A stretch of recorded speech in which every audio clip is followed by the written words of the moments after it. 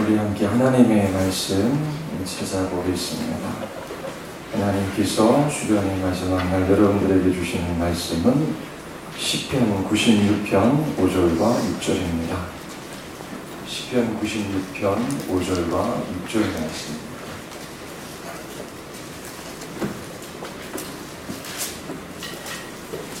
우리 같이 함께 시편 96편 5절 6절 말씀을 읽겠습니다. 만국의 모든 신들은 우상들이지만 여호와께서는 하늘을 지으셨음이로다. 존귀와 위엄이 그의 앞에 있으며 능력과 아름다움이 그의 성소에 있도다. 우리 말씀 듣기 전에 기도하시겠습니다. 오늘도 살아계셔서 역사하시는 우리의 좋으신 아버지 하나님, 우리 모두 하나님의 말씀 앞에 섭니다. 참으로 이 땅에서 하나님 한 분 섬기며 하나님 안에서 참된 만족과 안식과 기쁨과 위로를 누리는 이 생명과 복을 소유한 하나님의 백성들 되게 하여 주시옵소서. 하나님, 저희들이 주님이 허락하신 모든 인생의 날 동안에 하나님께서 우리를 창조하시고 이 땅에 두신 그 목적을 따라 인간 본연의 삶을 살아가기를 원하나이다. 참으로 저희들이 온 마음으로 하나님 한 분 구하게 하여 주시고 하나님 앞에서 살아가는 신자의 영광과 복을 알아가게 하여 주시옵소서.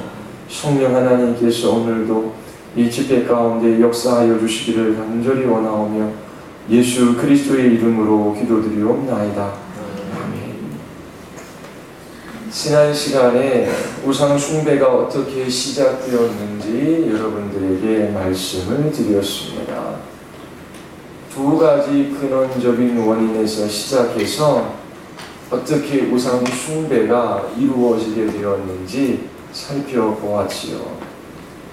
하나님은 사람을 하나님의 형상과 모양대로 지으셨습니다. 하나님과의 관계 속에서 참된 만족과 안식과 기쁨을 누리도록 우리를 지으셨습니다. 그러나 타락한 인간은 하나님을 알래야 알 수도 없고 하나님과 바른 관계를 맺으며 그 하나님 안에서 참된 만족과 안식과 기쁨을 누리지 못합니다. 그 마음속에 하나님을 향한 갈망은 있지만 하나님이 어떠한 분이신지를 알지 못하기에 하나님께서 창조하신 이 피조 세계를 우상으로 섬기며 그곳에서 만족과 안식과 기쁨과 위로를 찾습니다. 사람들이 우상을 섬기는 근원적인 원인은 그들이 하나님의 형상과 모양대로 지어졌음에도 불구하고 하나님과 바른 관계 속에서 참된 만족과 안식을 누리지 못하기 때문입니다. 그래서 하나님 아닌 다른 것으로 대체하는 것이지요. 우상 숭배의 두 번째 원인은 사단의 유혹으로 인하여 아담과 하와가 하나님처럼 되고자 했습니다.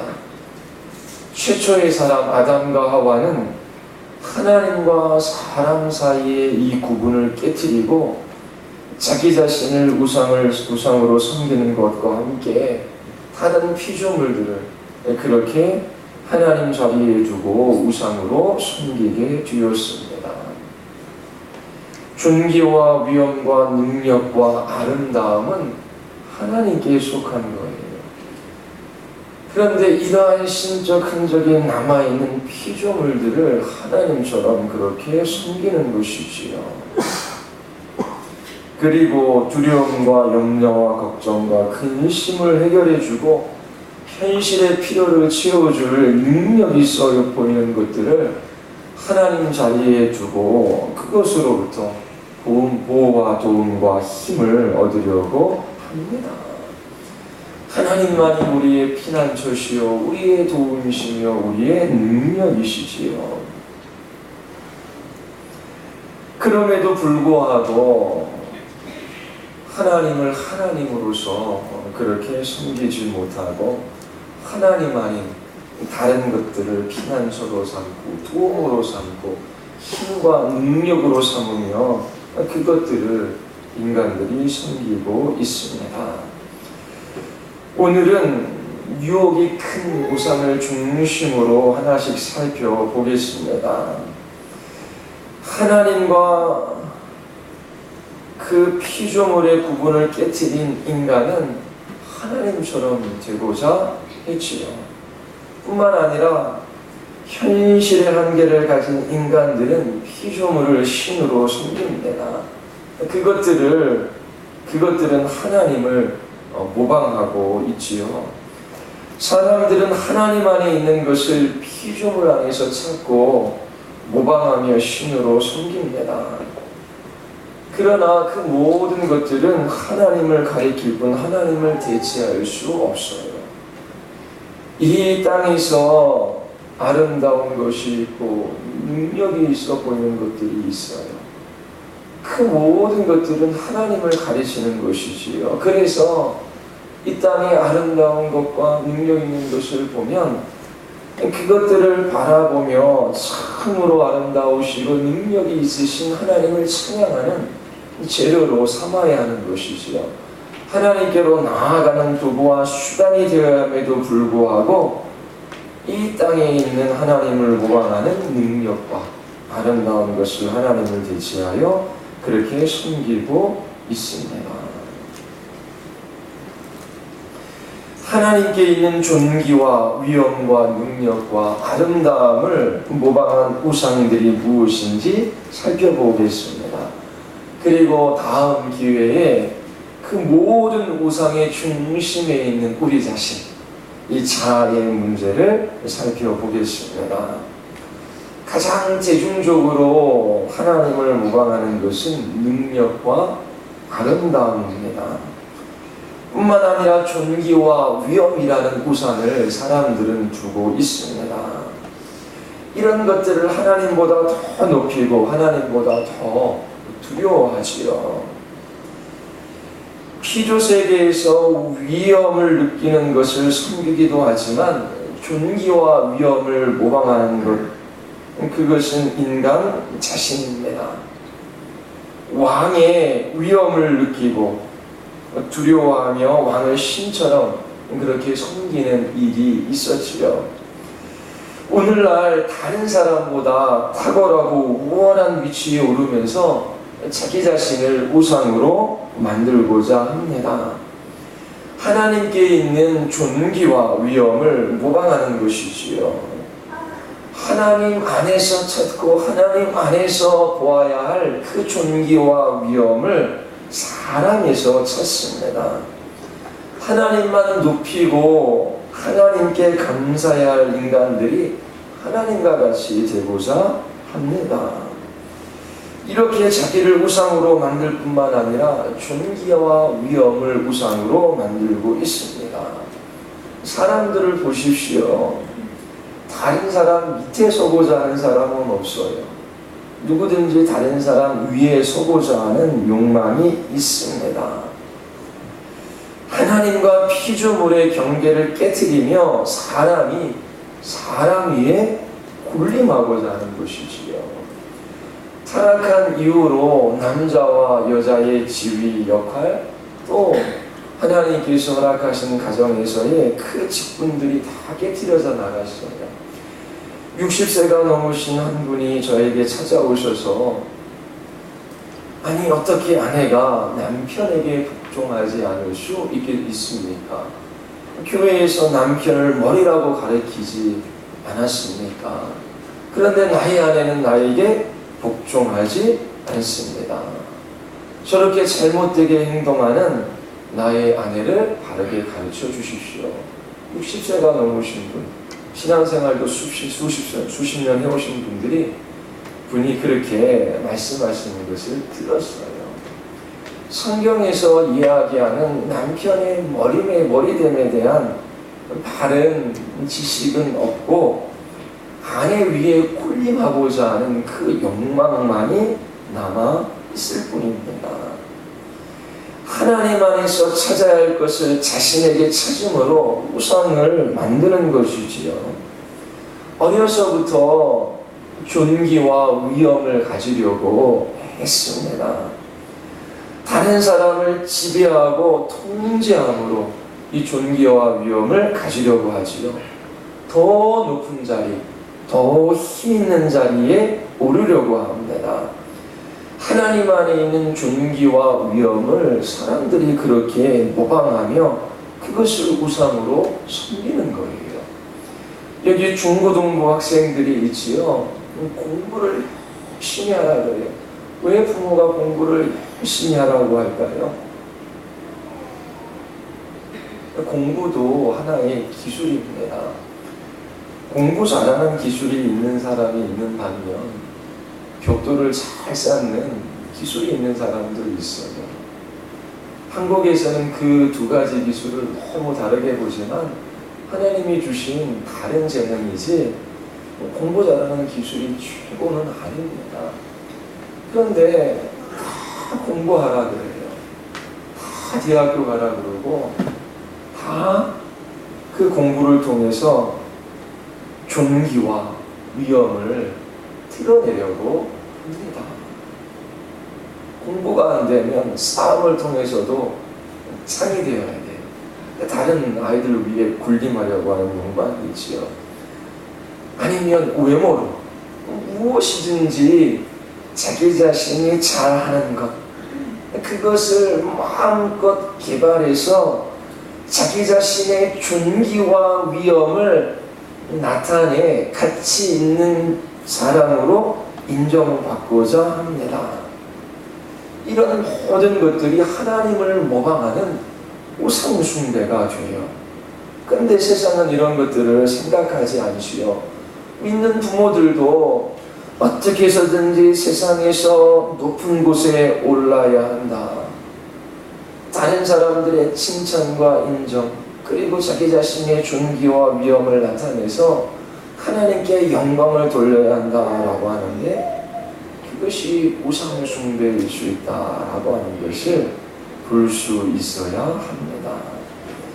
교회에 다녀도 하나님 옆에 그 존귀와 위엄이라는 우상을 두려워하지요.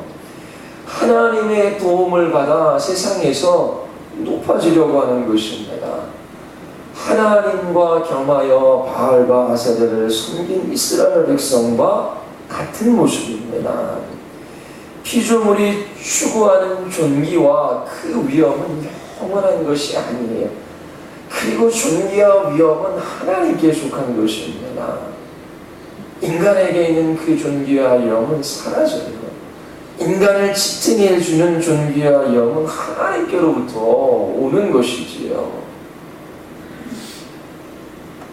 모든 것들은 사라지는 것입니다. 단지 잠시 이 땅에서 하나님을 모방할 뿐이에요. 만국의 족속들아 영광과 권능을 여호와께 돌릴지어다. 여호와께 돌릴지어다. 여호와 이름에 합당한 영광을 그에게 돌릴지어다. 예물을 들고 그의 궁정에 들어갈지어다. 아름답고 거룩한 것으로 여호와께 예배할지어다. 온 땅이여 그 앞에서 떨치하다. 존귀와 위엄은 하나님께만 돌려야 합니다. 계시록에 보면 24장로들이 존귀와 영광을 하나님과 우리 주 예수 그리스도께 돌리는 장면이 있어요. 큰 음성으로 이르되 죽임을 당하신 어린 양은 능력과 부와 지혜와 힘과 존귀와 영광과 찬송을 받으시기에 합당하다 하더라. 내가 또 들으니 하늘 위에와 땅 위에와 땅 아래와 바다 위에와 또 그 가운데 모든 피조물이 이르되 보좌에 앉으신 이와 어린 양에게 찬송과 존귀와 영광과 권능을 세세토록 돌릴지어다 하니 내 생물이 이르되 아멘하고 장로들은 엎드려 경배하더라. 계시록 7장에 보면 큰 소리로 외쳐 이르되 구원하심이 보좌에 앉으신 우리 하나님과 어린 양에게 있도다 하니 모든 천사가 보좌와 장로들과 내 생물 주위에 서 있다가 보좌 앞에 엎드려 얼굴을 대고 하나님께 경배하여 이르되 아멘. 찬송과 영광과 지혜와 감사와 존귀와 권능과 힘이 우리 하나님께 세세토록 있을지어다. 아멘 하더라. 존귀와 위엄을 인간에게서 찾는 것이 아닙니다. 그러나 타락한 인생들은 하나님 옆에 존귀와 위엄이라는 우상을 두고 스스로 하나님처럼 되고자 합니다. 높아지는 것은 인간이 쉽게 감당할 수 있는 일이 아니에요. 그것을 주의하고 경계할 수 있어야 돼요. 그리고 하나님께서 주시는 분깃으로 이러한 저러한 것들을 주셨을 때에 진실로 하나님만 찬양하고 하나님께 영광을 돌리는 삶을 살아갈 수 있어야 합니다. 자기 스스로 우상이 되어 존귀와 위엄을 자기 자신 안에서 찾고 자기를 높이려고 하는 이 우상 숭배를 경계해야 합니다. 사람들이 많이 하나님을 모방하는 것이 있는데 그것이 이제 능력입니다. 능력에 관련된 몇 가지 것들을 살펴보겠습니다. 능력을 모방해서 많은 우상을 만들어 섬깁니다. 능력과 관련된 우상이 몇 가지 있어요. 하나님 안에서 찾아야 할 능력을 다른 곳에서 찾아 섬기는 것입니다. 하나님과 피조물의 구분을 깨뜨리고 하나님 없이 살고자 그렇게 이 땅에서 능력을 구합니다. 그러나 그 능력은 하나님 안에 있는 것이지요. 하나님 없이 추구하고 소유하고자 하는 능력이 많이 있어요. 가장 강력한 것은 돈입니다. 재물이지요. 성공하려고 하는 것도 돈을 소유함으로 안정적인 삶을 살고자 하는 것이지요. 우리는 어려서부터 인생에 있어서의 성공을 꿈꿉니다. 돈을 벌으려고 하는 것이지요. 많은 곳은 다니지 않았지만 한국의 오지, 낙도, 동남아시아에 있는 여러 나라들, 저기 티베트, 아프가니스탄 돌아다니면서 사람들을 만났는데 이 성공에 대한 욕구와 욕망이 다 있어요. 좀 가난한 나라의 청년들은 어떻게 해서든지 좀 외국어도 배우고 외국 기업에 취직해서 좀 돈을 많이 벌어 우리 부모님에게 좋은 집도 사드리고 그리고 우리 형제들에게 좀 나누어줘서 그 물질, 그 돈으로 평안과 안정적인 삶을 살아가는 그것을 꿈꾸고 있습니다. 우리들이 우리의 생명, 우리 인생의 안전을 우리의 능력으로 지키고자 하는 것이지요. 어려서부터 성공과 관련한 꿈을 꾸며 자랍니다. 하나님 곁에 성공이라고 하는 우상을 두고 섬기는 것이지요. 성공해야 한다라고 하는 이 생각을 가지며 살아갑니다. 신자뿐만 아니라 교회까지도 이 능력을 추구합니다. 목회자의 성공이 무엇이겠습니까? 성공한 목회자야. 떠오르는 그림이 있으셔요? 자, 한국교회에 누가 성공한 목회자입니까? 많은 성도가 있어요. 그리고 재정이 많아서 많은 일들을 해요. 그리고 큰 예배당을 지었어요. 이와 같이 목회자들도 목회의 성공을 꿈꾸고 그리고 교회 다니는 사람들도 그것이 성공이라고 말합니다. 이런 우상을 버릴 수 있겠습니까? 버리는 것이 쉽지 않아요. 그러나 하나님을 믿는 사람들은 예수님을 나의 구주 나의 하나님으로 고백하며 그리스도를 진실로 믿는 신자들은 이 우상을 버리고자 합니다. 오직 하나님 한 분만 숨기고자 하지요. 하나님의 능력을 의지하며 주께 기대어 살아가는 것이 성공입니다. 하나님이 힘주시고 하나님께서 우리를 지키시고 보호하시고 이끌어 주셔서 영광의 나라에 이르게 하는 그것이 성공하는 삶이지요. 사도 바울은 내게 능력 주시는 자 안에서 내가 모든 것을 할 수 있다라고 그렇게 고백하고 있습니다. 이 말씀을 오해하는 사람도 있어요. 저도 중학교 때에 어머니께서 목회자가 되려면 능력을 받아야 한다. 능력 받으려면 기도 많이 해야 한다. 산에 올라가서 능력 달라고 하나님 앞에 부르짖어 기도했던 기억이 있습니다.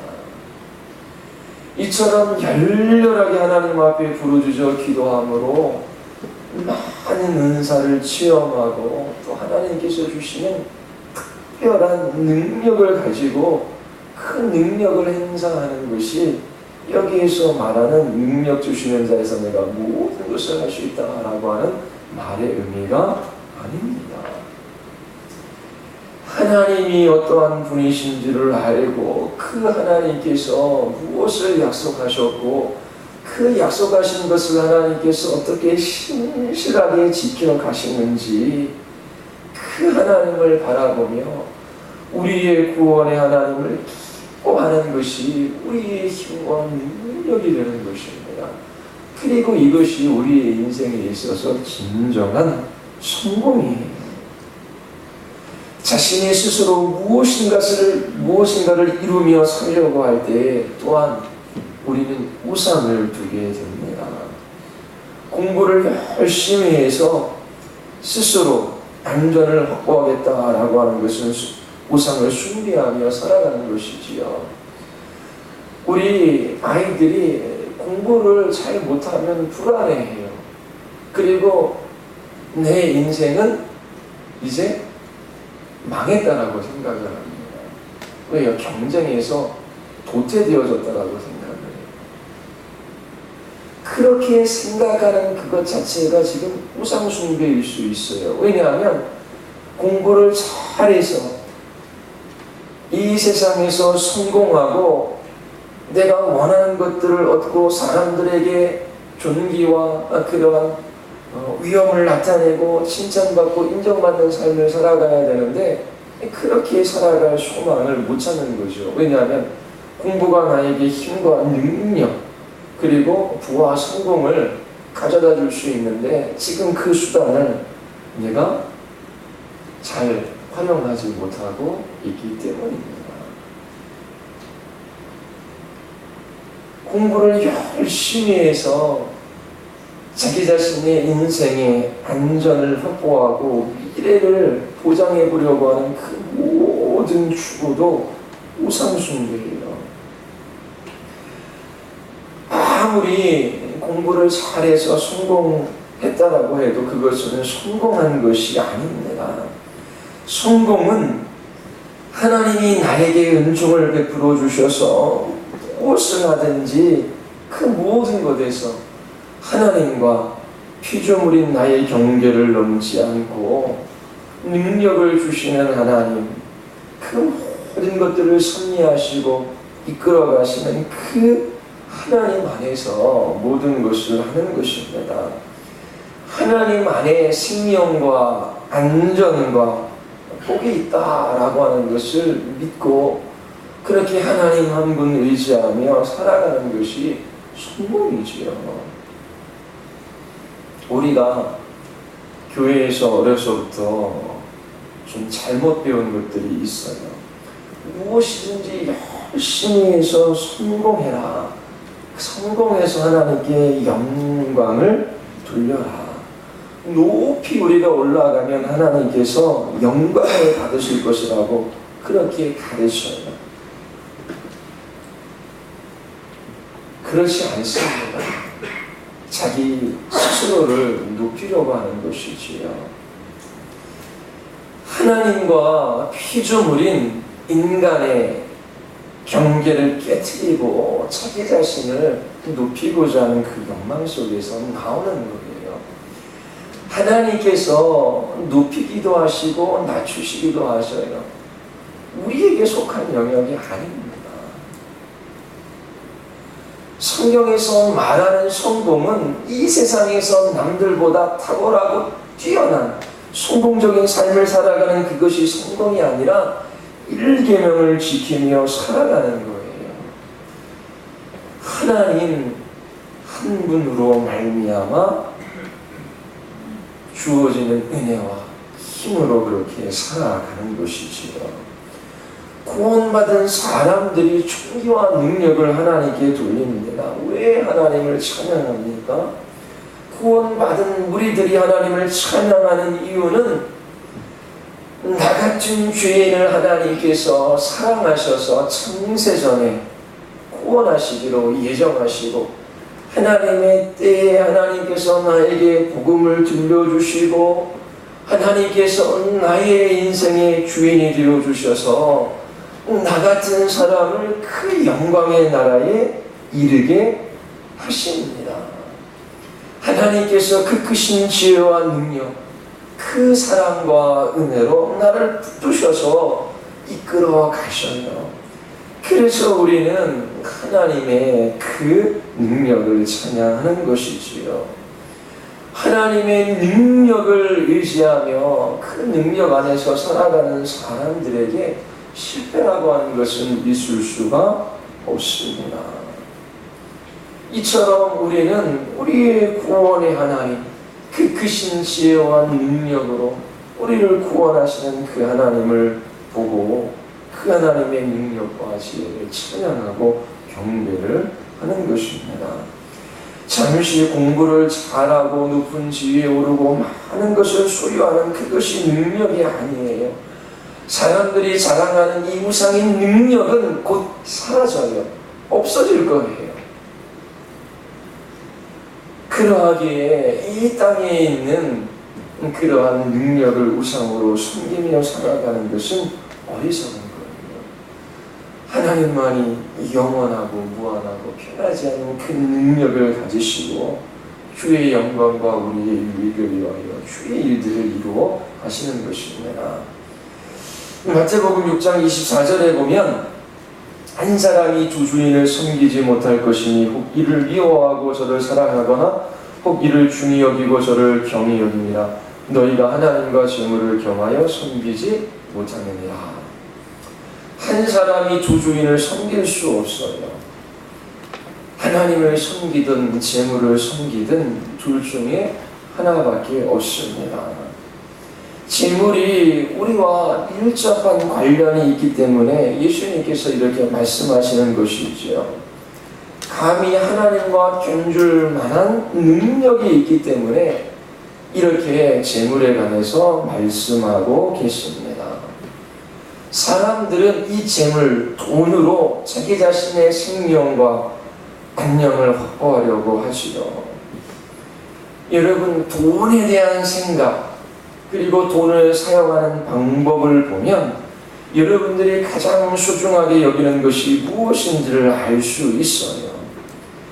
돈은 여러분들이 무엇을 가치 있게 여기고 그리고 무엇을 숨기는지를 드러내어 보여줍니다. 돈의 세계는 영적인 세계일 수 있어요. 그것을 통하여 하나님을 예배할 수도 있고 그것 자체가 우상이 될 수도 있기 때문입니다. 하나님을 대신해서 이 재물이 자신의 생명을 지켜주고 자기를 안전하게 할 것이라고 생각하는 사람들은 우상을 섬기고 있는 거예요. 돈만 있으면 학위도 사고 권력도 살 수 있는 시대 속에서 우리는 살아가지요. 이 돈은 하나님의 능력을 대체하는 강력한 우상이 되었습니다. 그러나 우리들은 하나님과 이 재물을 겸하여 섬길 수가 없어요. 그렇게 섬기는 것은 하나님과 피조물의 경계를 무너뜨리고 이 재물을 하나님 옆에 두는 것이지요. 누가복음 12장에 보면 한 사람이 예수님을 찾아와서 형에게 명하여 유산을 나와 나누게 해달라고 요청을 합니다. 그때 예수님께서 말씀하시죠. 모든 탐심을 물리치라. 사람의 생명이 그 소유에 넉넉한데 있지 아니하리라. 사람의 생명은 돈에 있지 않고 하나님께 있습니다. 많은 사람들이 그럼에도 불구하고 하나님 곁에 이 돈이라는 우상을 숨기며 생명과 안정을 보장받으려고 합니다. 진실로 하나님께서 나의 하나님, 나의 아버지가 주시는 것이 나에게 힘과 능력이 되어서 나의 하루하루의 삶을 살아갈 수 있도록 나를 이끌고 있는지 살펴야 돼요. 아니면 통장에 있는 쌓아둔 돈이 나에게 위로가 되고 나의 미래에 대한 보장이 돼서 그냥 통장만 생각하면 마음이 뿌듯해요. 잘 살펴볼 수 있어야 해요. 통장에 잔고가 하나도 없어도 하나님이 나의 도움이시며 나의 힘이시며 나의 생명의 근거이십니다. 하나님께서 내 인생의 주인이 되어주셔서 나를 지키시고 보호하시고 이끌어가 주심을 감사드립니다. 그러면서 그 하나님을 신뢰하며 하나님 앞에 믿음의 삶을 살아갈 수 있어야 합니다. 여러분, 돈이 없는 것이 문제가 아니라 우리 안에 하나님이 안 계신 것이 문제이지요. 하나님이 지금 여기에도 계시지요. 문제는 그 하나님의 영적이고 도덕적인 문제, 그 하나님과의 관계 속에서 살아가지 못하는 것이 문제입니다. 돈이라고 하는 것 자체는 나쁜 것도 좋은 것도 아닙니다. 돈은 사랑의 대상이거나 섬김의 대상이 될 수가 없어요. 물질을 주시는 하나님을 기억하며 써야 할 소모품이며 도구이지요. 하나님이 돈을 우리에게 맡기시고 그 돈을 어떻게 썼는지 계산할 날이 있어요. 달란트 비유에 나오는 것이지요. 물질이 주어졌을 때 이것을 가지고 내가 무엇을 살 수 있는지, 무엇을 할 수 있는지, 이 물질로 어떤 것들을 하려고 하는 그러한 능력을 이 물질 속에서 생각한다면 그것은 이 물질을 우상으로 섬기는 모습입니다. 이 물질을 가지고 어떻게 하나님의 영광과 나라를 위하여 사용할 수 있을까라고 생각을 해야 하는 것입니다. 사람들은 이 돈을 가지고 능력을 나타내고자 해요. 어떻게 나타납니까? 비싼 차, 큰 집, 그런 것들을 통해서 능력을 나타내고자 하는 것이지요. 돈의 능력을 빌어 내가 능력 있는 사람이다 라고 하는 것을 그렇게 나타내고자 합니다. 돈에서 만족을 찾고 돈에서 자기 자신의 가치를 찾아요. 생명과 영혼의 만족과 나의 정체성의 가치는 하나님 안에서 찾아야 하는데 돈에서 찾는 사람들이 있어요. 하나님과 돈을 겸하여 섬기는 사람들입니다. 이 돈은 재물은 하나님의 능력을 대신할 수 없어요. 이것을 믿어야 해요. 돈이 나를 지켜주고 나에게 만족을 주고 나의 가치를 결정한다라고 생각하면 하나님과 재물의 경계를 깨트리는 거예요. 하나님과 돈의 경계를 명확히 그을 수 있어야 합니다. 돈을 하나님 옆에 두어서는 안 돼요. 하나님의 나라와 영광을 위하여 도구로 사용되어질 뿐입니다. 여러분 중 월 수입이 다른 사람보다 훨씬 많은 사람도 있고 또 재산을 조금 더 많이 소유한 사람이 있을 수 있어요. 내가 다른 사람보다 좀 능력이 있어서 그렇다라고 생각하십니까? 그것은 재물에 있어서 하나님과 피조물의 경계를 깨트리는 우상 숭배입니다. 내가 능력이 많아서 돈을 많이 번 것이 아니에요. 하나님께서 잠시 그 사람에게 맡기는 것이지요.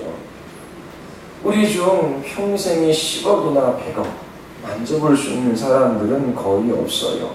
평생 살아도 몇 억 모으는 것도 어렵더라고 합니다. 그런데 하나님께서 분기수로 어떤 사람에게는 많은 재물을 주시고 어떤 사람들은 그것보다 적게 주셔요. 주신 범위 안에서 그것을 어떻게 사용해야 할지 생각하는 것이 중요한 것입니다. 자기 만족, 자기 안전, 자기 가치, 자기 정체성을 위하여 돈을 쓴다면 그 돈을 우상으로 섬기고 있는 거예요. 하나님께서 반드시 판단하실 날이 있습니다. 돈과 하나님의 경계를 깨뜨려서는 안 되는 것입니다. 재물을 주신 하나님께 영광을 돌리는 그 삶의 방식들을 배워 알아갈 수 있어야 돼요. 자녀들에게 용돈을 주는 것이 뭐가 그렇게 어려운 일이겠습니까? 우리 초등학교, 우리 중학교 다니는 아이들에게 1, 2만 원도 큰 돈일 수 있고 적은 돈일 수 있어요. 그런데 물질을 바르게 사용하는 방법들을 가리키는 것이 쉽지가 않아요. 현대가 정주영 씨의 손주 정혜선 씨의 갑진돌라는 데서 들어보셨지요? 배드민턴을 취미생활을 하나 봅니다. 근데 배드민턴을 치고 나서의 그 매뉴얼, 그 운전하시는 분이 만약 수행비서가 따라야 할 매뉴얼이 150가지? 아침에 출근하기 위하여 찾아가서 초인종을 누르면서부터 시작해서 지켜야 할 그 매뉴얼들. 사모님의 맨 얼굴은 절대로 보지 않는다. 그런 것도 있다고 합니다. 응답할 때까지 초인종을 눌러야 하고, 그리고 안 보이는 곳은 숨어 있고, 또 가라 그러면 모든 교통법규를 어겨서라도 저쪽 도곡동인가 어디에서 수원까지 20분 안에 간다 그러는 거예요. 한 달에 범칙금만 500만 원이 넘는다고 합니다. 수년 사이에 운전하시는 분을 이렇게 몇 명을 갈아치웠다고요. 그런 이야기들이 나와요. 근데 정주영 씨를 잘 모르지만 기사들을 읽어보면 새벽 5시에 일어났다고 합니다. 며느리들은 새벽 3시에 일어나서 밥을 해야 되고, 그리고 아이들을 자동차로 그렇게 학교에 등교시키는 것 때문에 아주 혼났다라고 합니다. 그러니까 맨땅에서 읽으신 분이에요. 그러니까 돈의 가치를 소중하게 여기지요. 그런데 그의 자녀의 자녀들 값없이 그냥 물려받은 유산들이 있어요. 그러니까 인간다운 삶을 못 사는 것입니다. 그 돈 때문에. 그 돈이 자기의 능력인 줄 알고 돈에서 만족을 느끼고 돈에서 자기 가치를 그렇게 찾고, 그리고 자기 정체성을 그 돈에서 드러내고자 하는 그런 값지는 논란들이 신문시장에서 계속 나오잖아요. 여러분들 자녀들에게 유산 물려주지 마십시오. 최소한의 것들 가르치고 어떻게. 저도 좀 진지하게 고민하려고 해요. 그 돈을 가지고 맛있는 것도 먹고 게임도 할 수도 있고 못할 수도 할 수도 있는데, 하나하나 이 돈이 어떠한 의미와 그리고 하나님께 주신 것들을 어떻게 사용해야 하는지 잘 가르치는 것이 필요해요. 자신의 수입과 재산을 다른 사람과 비교할 수 있어요. 그리고 때로 불평하고 염려하지요. 우상숭배하는 것입니다. 나의 생명이 유지되는 것이 하나님께 있어요. 나의 안전이 돈에 있지 않고 하나님께 있어요. 그래서 범사에 감사하고 자족하는 삶을 살아갈 수 있어야 합니다. 돈을 하나님의 능력 아래 두어야지 하나님과 겸하여 섬기면 안 돼요. 누누이 말씀드리죠. 하나님은 하나님이시고 모든 것들은 피조물이에요. 하나님과 피조물의 이 구분, 이 경계를 명확하게 긋고 그것을 넘어서는 것을 얼마나 하나님을 대적하는 일들인지 잘 생각해 보아야 하는 것입니다. 자신의 삶에서 돈이 하나님처럼 힘을 행사하고 있다면 그 돈을 붙들지 말아야 돼요. 돈의 힘을 이기는 길은 주의 영광을 위하여 부지런히 쓰는 거예요. 하늘 보좌에 그렇게 하늘에 그렇게 쌓아두는 일에 열심을 내야 하는 거예요. 돈을 잘 흩으면 돈의 힘이 꺾입니다. 그리고 또 하나는 이제 성취라고 하는 우상이 있어요. 인간은 창조적인 인간으로 지음을 받았습니다. 하나님과 자기 자신의 구분을 깨고 지속적으로 무엇인가를 이루는 것으로 만족하고 자기 가치를 구하며 살아가는 사람은 하나님 곁에 우상을 두는 사람입니다. 끊임없이 어떠한 것들을 추구하고 그리고 성실하게 그 일에 임하고 그것들을 이루어내는 그 사람들은 세상에서 인정을 받을 수 있어요. 이를 통해서 끊임없이 만족과 자기 가치를 드러내며 사람들의 인정을 구하는 이 모든 것들을 경계해야 하는 것입니다. 그러한 사람들은 하나님의 인정보다 사람들의 인정을 더 기뻐해요. 그리고 자기 자신이 이루어 놓은 일, 무엇을 성취했는지를 말하기를 좋아하지요.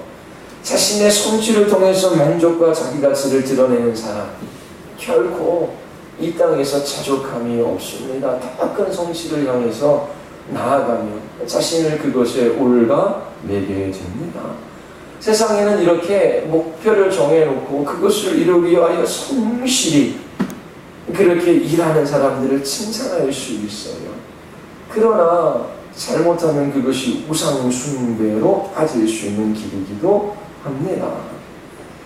성실을 우상으로 섬기는 사람들은 그것을 향하여 끊임없이 나갑니다. 우리 아이들 중에서도 보면은 막 공부 잘해서 반에서 1, 2등 하고 상장 많이 타고 공부 못하면 막 울고 그리고 다른 애는 상을 탔는데 나는 못하면 막 괴로워하고 그런 아이들이 있을 수 있어요. 그런 아이들은 성실하고 아주 독하게 공부합니다. 부모들은 우리 아이가 이렇게 경쟁력도 뛰어나고 이렇게 상장도 많이 타고 이렇게 좀 시샘 내는 것이 있지만 이렇게 막 열심히 하는구나. 그럴 게 아니에요. 그게 우상 숭배가 될 수 있다니까요. 높이 직장에서 승진하는 것, 많은 연봉을 받음으로 자기 가치를 드러내는 이 모든 것이 하나님 옆에 우상을 주는 일이 될 수 있다라고 하는 것을 생각해야 하는 것입니다.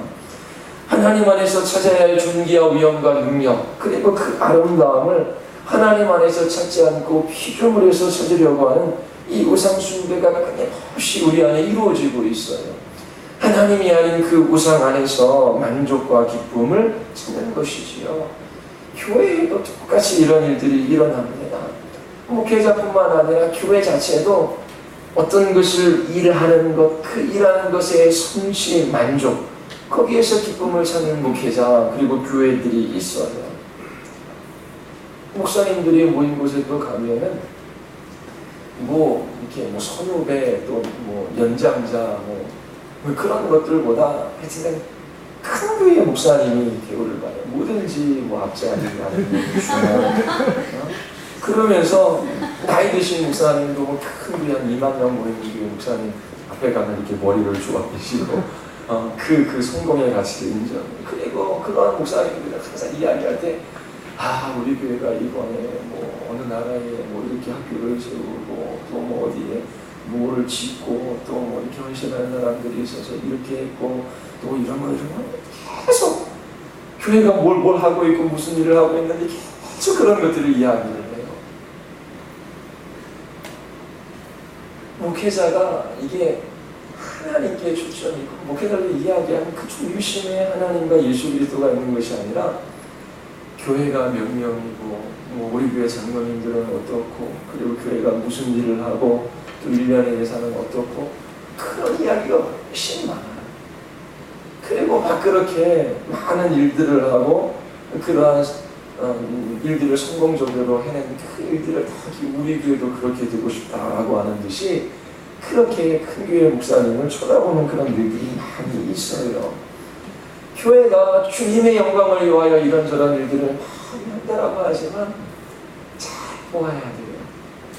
그게 주님의 영광이 아니라 일의 성실을 통한 만족과 기쁨, 자기 충족감입니다. 그것이 우상이 될 수 있어요.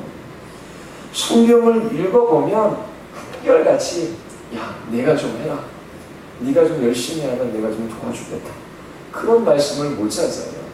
다 하나님이 하시겠대요. 내가 이 일을 하겠다.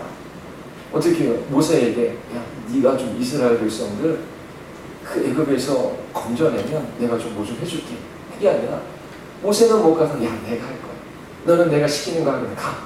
내가 이스라엘 백성들 애굽에서 끌어낼게. 그리고 광야길을 건너 하나님께서 인도하시게 가나안 땅에 누가 들어가게 하셔요? 야, 내가 들어가게 할게. 전쟁을 치러요. 야, 너희들 열심히 군대를 좀 잘 훈련시켜서 전쟁에서 좀 이겨봐. 그게 아니라 내가 너희를 그 전쟁에서 이기겠다라고 말씀을 하시는 겁니다. 뿐만 아니라 예루살렘이 망한대요.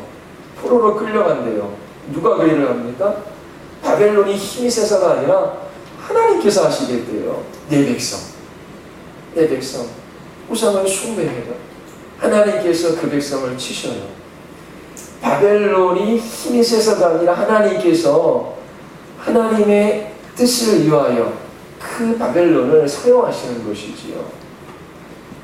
하나님께서 바벨론을 사용하셔서 예루살렘을 망하게 하십니다. 그리고 이스라엘 백성들을 포로로 끌려가게 하시죠. 그리고 뭐라고 말씀하셔요? 자, 내가 70년 후에 너희를 돌아오게 하겠다. 끊임없이 하나님께서 하나님의 백성들에게 말씀하시는 것은 내가 좀 해라. 네가 열심히 하면 내가 뒤에서 좀 밀어주고 도와줄게. 그게 아니라 내가 할 것이다. 내가 앞에서 이 일을 해나간다. 너는 나와의 언약 관계 속에서 내 말에 순종하며 나를 따라오면 된다라고 말씀하시지 내가 먼저 무엇을 하라고 말씀하셔요. 시편 46편 10절에 이르기를 너희는 가만히 있어 내가 하나님됨을 알지어다. 내가 문나라 중에서 높임을 받으리라. 내가 세계 중에서 높임을 받으리라 하시도다. 우리는 무엇을 하며 이루려고 합니다. 내가 잘나서가 아니에요. 우리의 삶은 궁극적으로 무엇을 손취했느냐가 아니라 우리가 누구에게 속했느냐라고 우리의 인생의 결론이 나는 것입니다. 우리의 삶에서 성취하시는 분은 하나님이셔요. 하나님께서 하나님의 영광과 하나님의 이름을 위하여 하나님께서 이 땅 가운데 승리하신다니까요. 우리는 무엇을 하느냐 그리고 무엇을 이루냐에 따라서 규정되어지는 것이 아니라 누구에게 속해 있느냐에 따라서 우리가 규정되어지는 것입니다. 우리의 값싼 성취를 하나님 곁에 두고 우상을 섬기는 이러한 행위들, 하나님을 대적하는 행위지요. 하나님의 일하심을 기대하며 그 하나님 한 분 의지하며 살아가는 사람들이 되어야 합니다. 하나님의 능력을 대신하는 성공, 돈, 성실하고 하는 이런 우상들을 경계할 수 있어야 합니다. 우상은 하나님의 존귀와 위엄과 능력을 모방해서 만들 뿐만 아니라 하나님의 아름다움을 모방해서도 그렇게 만들지요. 아름다움은 하나님께 속한 것입니다. 피조세계의 모든 아름다움은 하나님의 아름다움을 가리키고 있지요. 하나님의 아름다움은 균형과 질서, 조화를 포함하지만 그 이전에는 죄가 없는 조건에서 인격적 관계에서 갖는 그러한 아름다움이었습니다. 성자, 성부, 성령, 삼위 하나님 안에서 그 사랑의 연합 속에 있는 그 관계의 아름다움이 있어요. 삼위 하나님은 창조와 존재하는 모든 세계의 그 아름다움을 나타내십니다. 근데 하나님의 아름다움으로 하지만 타락으로 그 아름다움이 이제 파괴되어졌지요. 하나님과의 교제 속에서 하나님과 누리는 그러한 생명적인 교제 속에서 그렇게 우리가 갖는 아름다움을 우리가 상실했어요. 모든 인생들은 하나님의 형상과 모양대로 지음받은 인생들은 추구하는 것, 모방하는 그 우상들을 담게 되어져 있어요. 돈을 우상으로 섬기면 그것을 쫓아갑니다. 그런데 우리가 하나님을 추구하고 그리고 그 하나님을 따라가면 하나님의 아름다움이 우리 안에 드러나게 되어 있어요. 그것은 도덕적 성품의 아름다움이지요. 그런데 이 세상의 문제는 하나님의 아름다움을 피조물로 대체하는 가짜 아름다움을 숭배하는 것이지요. 가장 큰 것이 무엇입니까? 외모를 숭배하는 거예요. 사람들은 외모로 판단할 수 있어요. 그래서 사람들 앞에 아름다운 외모를 가꾸려고 합니다. 사진을 찍어도 얼굴이 크게 나오기 때문에 뒤로 점점 물러나죠. 저는 제 얼굴이 큰지 몰랐거든요. 생각도 안 했어요. 예전에 어떤 목사님이 농담으로 저보고 큰발이 얼굴이 그러더라고요. 얼굴이 크다고. 한 번도 얼굴 큰 것에 관해서 나는 왜 이렇게 얼굴이 크지? 사진 찍을 때 뒤로 물러나지? 그렇게 생각해 본 적이 없어요. 근데 어쨌든 작은 얼굴 아니면 옷이나 신발이나 화장을 통해서 성형수술까지라도 해서 열심히 운동하고 다이어트를 해서 아름다워지려고 합니다. 자신의 외모가 누구보다 못하다고 느끼면서 그렇게 자기 자신이 하는 일에 집중하지 못한 경험이 있습니까? 그리고 누가 이쁘다고 하면 괜히 시샘이 납니까? 그리고 자기 자신을 가꾸는 일에 많은 돈을 쓰고 있습니까?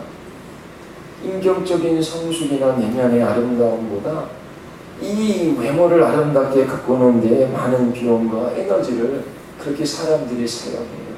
그것 또한 하나님의 아름다움을 모방하는 우상 숭배와 같은 것입니다.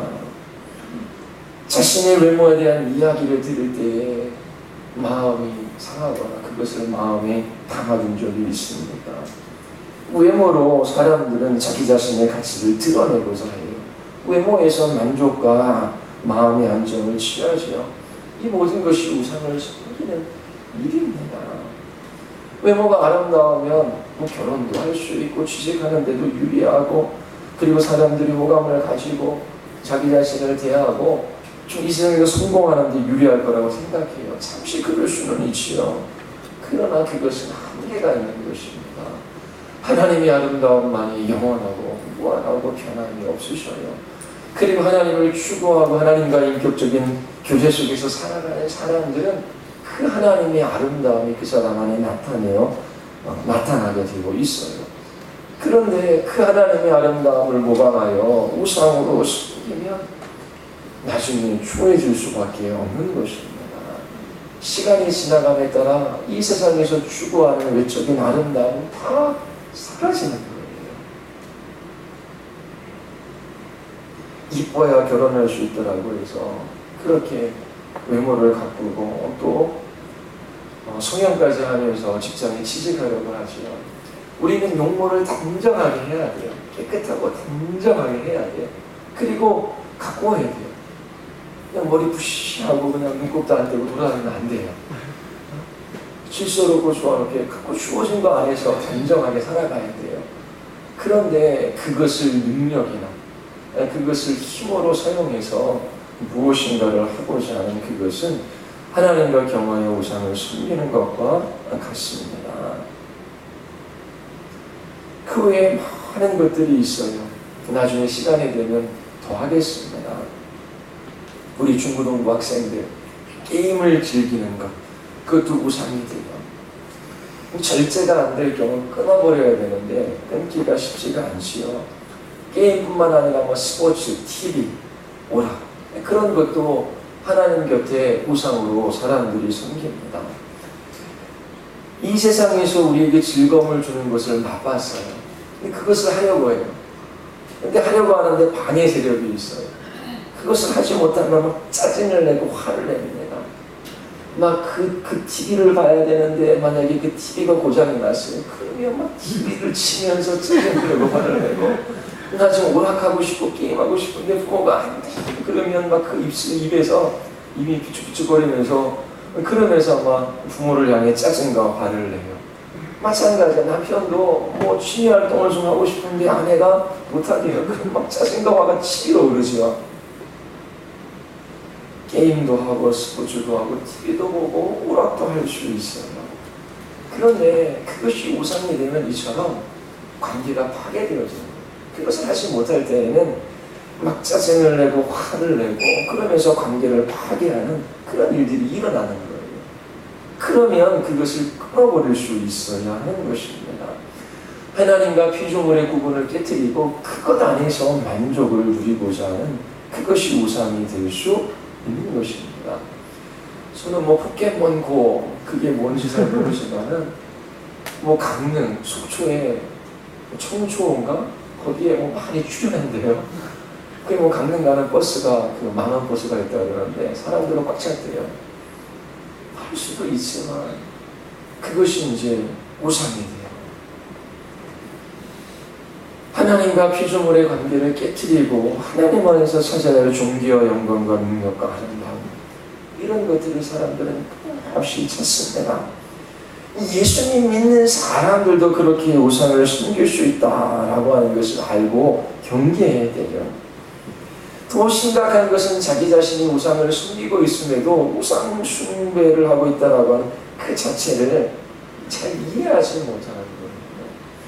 우리 자신이 하나님과 겸하여 숨기는 우상이 되었다라고 하는 것을 나중에 살펴볼 텐데 보면 아마 깜짝깜짝 놀랄 만한 일들이 너무나 많이 있습니다. 큰 불상 앞에 절하는 것은 경계하지만 자기 자신 안에 있는 이러한 우상들을 가볍게 여기며 사람들이 살아갑니다. 하나님께서 이스라엘 백성들에게 끊임없이 우상을 버리라고 선지자를 통하여 말씀하셔요. 구약 전체를 한번 읽어보십시오. 우리가 지난번에도 살펴봤듯이 출애굽한 2세대들에게 가나안 땅에 들어가기 전 모세의 마지막 유언, 마음, 뜻, 성품을 다하여 주너의 하나님을 사랑하라. 유일하신 하나님 한 분, 여호와밖에 없어요. 그리고 그 땅에 들어가서 어떻게 살아가야 할지 말씀해 주셔요. 그런데 끊임없이 이스라엘 백성들은 하나님과 겸하여 우상을 섬깁니다. 진정으로 여러분들이 하나님만 섬기고 싶습니까? 교회에 다니고 있는 것으로 충분하지 않습니다. 여러분 매주일 예배를 드리러 교회에 나오는데 성경책을 들고 나오는 것이 아니라 이방인들이 섬기는 우상을 몇 가지 챙겨서 그렇게 마음에 품고 예배당에 나온다고 생각해 보십시오. 말도 되지 않지 않습니까? 여러분들에게 말씀드렸던 돈이나 성공이나 성취나 아니면 뭐 이 세상의 아름다운 능력들을 말하는 모든 것들을 우상으로 겸하여 섬기며 그것들을 붙들고 하나님을 예배하겠다라고 교회에 나와 보십시오. 그것이 예배일 수 있겠습니까? 하나님을 모독하며 대적하는 행위가 됩니다. 여러분 우상을 버릴 수 있습니까? 게임을 하던 학생들이 그 게임이라는 우상을 쉽게 버리지 못해요. 성공, 자기업적 성실을 위하여 살아가던 사람들이 그것을 버리는 것이 어려워요.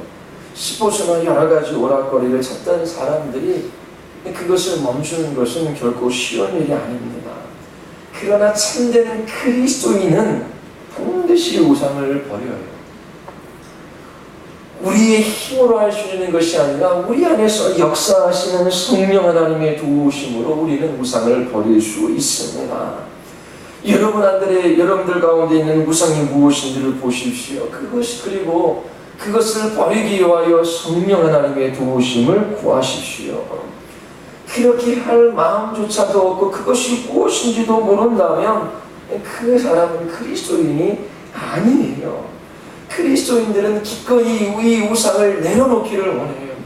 그리고 우리의 만족과 안식과 기쁨은 오직 하나님께만 있습니다. 하나님이 나의 피난처이시여 나의 도움이시며 나의 힘이시니라. 하나님을 떠나 이 우상을 겸하여 숨겼던 이 죄를 용서하여 주시옵소서. 하나님 나의 힘과 지혜와 능력으로 할 수 없사오니 성령께서 진리의 말씀을 사용하셔서 이 모든 우상의 끈을 끊어버리게 하시고 하나님 앞에 나의 영혼을 세워 주시옵소서. 그렇게 하나님 앞에 간절히 기도해야 돼요. 나의 마음이 무엇을 느끼고 있는지, 자녀가 우상일 수도 있고 남편이, 아내가, 직장이, 돈이, 성공이, 성취가, 외모가, 그 모든 우상들이 우리 안에 눌려져 있어요. 그것들을 보고 하나님 앞에 성령 하나님의 도우심을 구하며 그렇게 그 모든 것을 끊어낼 수 있도록 기도하며 하나님께로 나아가야 합니다.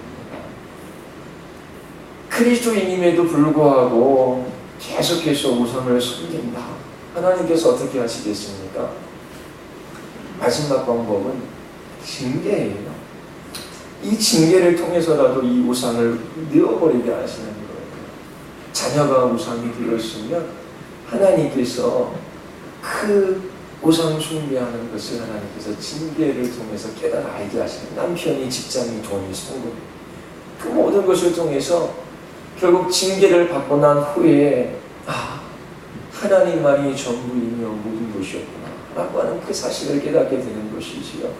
이스라엘 백성들이 그렇게 되었어요. 그렇게 선지자를 통하여 하나님께서 없이 말씀하시는데도 돌이켜 회개하지 않았습니다.